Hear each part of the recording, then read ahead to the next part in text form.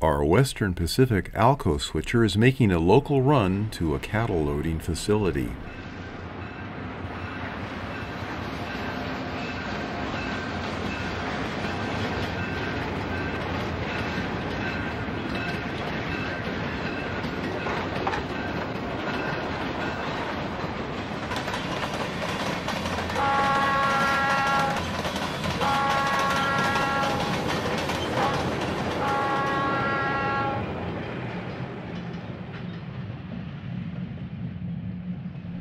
This exact rail deck bridge spans the local creek at our Las Juntas junction.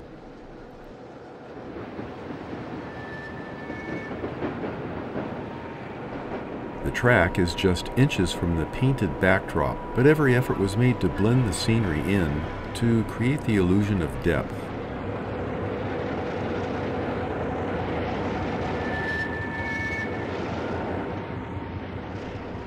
This local of 5 stock cars takes the siding and will pull ahead to switch down to the stockyard pens.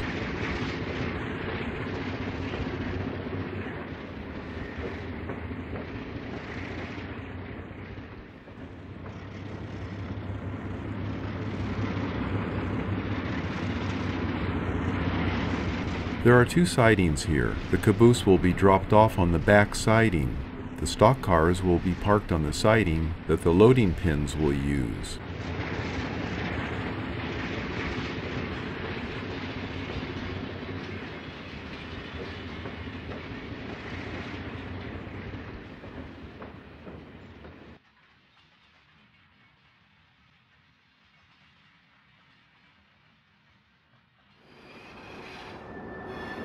The last stock car was built from an old mainline model's wooden kit. It is loaded with bales of hay, and it will be parked at the freight ramp shared with the equipment dealer next door.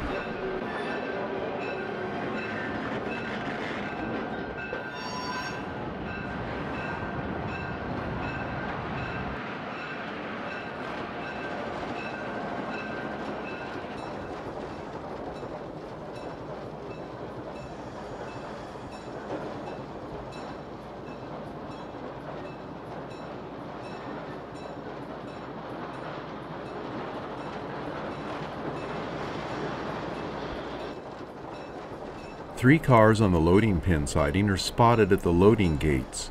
These 3 are lettered for the Sacramento Northern Railroad, one of Western Pacific's larger subsidiary lines.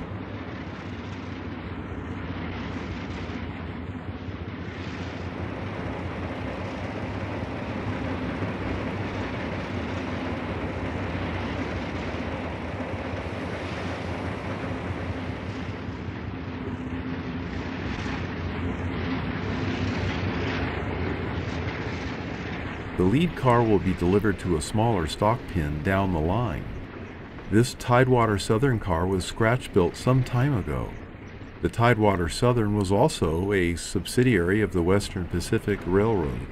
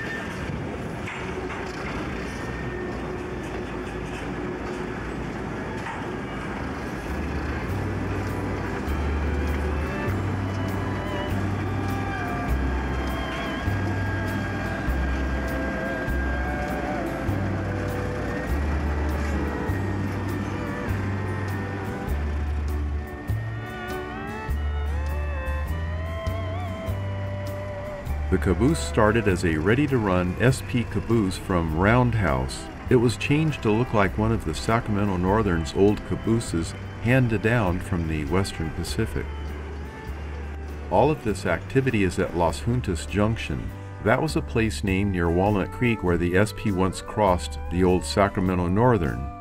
So, with a bit of historic and artistic license, an interlocking tower from American Model Builders was added. This is one of the nicest and easiest laser kits I have built. It was a Rock Island prototype, but it looks like it belongs way out west here. I added a lighted interior and a downstairs door and window. The signal at this crossing junction indicates that the track curving off to the right shows a yellow, and the track straight through the tunnel indicates red. Between the cattle pens and the tower is a local business built years ago from one of Ed Sidham's metal soldered together kits. It was one of my earliest structures, but is now situated in a Northern California setting. This junction is formed by a number 8 curved switch and a number 8 straight switch. The cattle loading area was built on a slab of homosote. The plan came from looking at many old photos, mostly online, and just thinking through how many features it needed.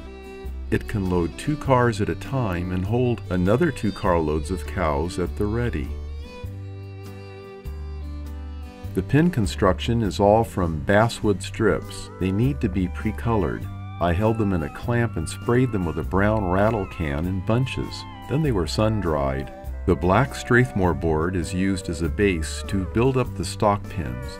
Another piece is used to make a fence building template.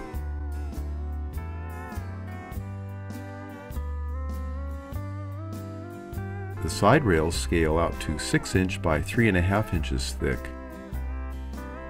Areas where cows can be on either side have side rails on both sides. This prevents injury from jostling and rubbing on the vertical posts, and also keeps the posts intact. I made these fence segments in long strips and then cut them into sections.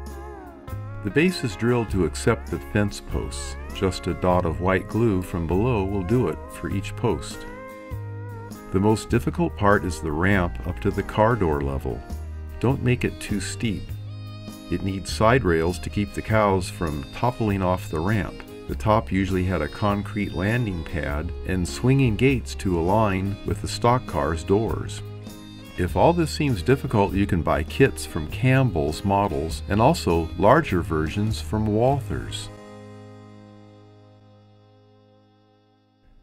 An additional large open pen area is used to receive cows by truck and feed and water them in a pre-staging area. A common raceway connects all the pen areas to the truck offloading gate. A roll-around truck to ground level ramp was made out of junk parts.